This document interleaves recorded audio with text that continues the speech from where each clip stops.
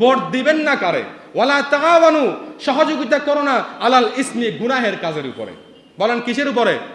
তাহলে যে ভোট পেয়ে ক্ষমতায় এসে যে গুনাহ করবে, যে অন্যায় করবে, যে অবিচার করবে, যে মাদকের লাইসেন্স দিবে, যে ধর্ষণের বিচার করবে না, যে গুম খুনকে প্রমোট করবে, যে দুর্নীতিকে প্রমোট করবে, যে দেশের টাকা সুইস ব্যাংকে পাচার করবে, এদেরকে ভোট দেওয়া যাবে?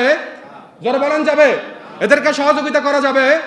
এরপরে আল্লাহ বলছে ওয়াল উদওয়ান, যারা ক্ষমতায় এসে শত্রুতামূলক অবস্থান তৈরি করবে, বিদ্বেষমূলক পরিস্থিতি তৈরি করবে, আতঙ্ক বিরাজমান পরিস্থিতি তৈরি করবে, এদেরকে সহযোগিতা করা যাবে।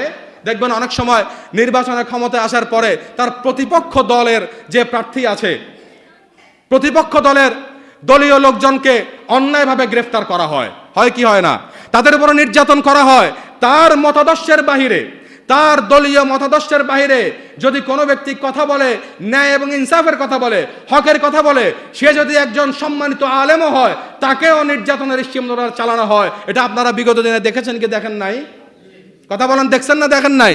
অতএব এই জাতীয় যারা অদওয়ান, শত্রুতামূলক, বিদ্বেষমূলক পরিস্থিতি তৈরি করে, তাদেরকে ভোট দেওয়া যাবে? আল্লাহ তাআলা বলছেন ওয়ালা তাকতুমুশ শাহাদাতা ওয়া মান ইয়াকতুমহা ফাইন্নাহা আযিমুন কলবুহু। যাই হোক, যেটা বললাম যে তাহলে ভোট দিতে হবে কাকে? একজন ন্যায়পরায়ণ, ইনসাফগার, যোগ্য, সৎ ব্যক্তিকে আপনি কি দিবেন? ভোট দিবেন। আপনি ভোট গোপন করবেন না, আপনি ভোট দিতে হবে। কেন দিবেন? কারণ আপনার এই ভোটের মাধ্যমে একজন ন্যায়পরায়ণ লোক সে ক্ষমতায় এসে যদি রাষ্ট্রে ইনসাফ প্রতিষ্ঠা করে, তবে তার প্রতিটা সওয়াবের কাজের অংশীদার আপনি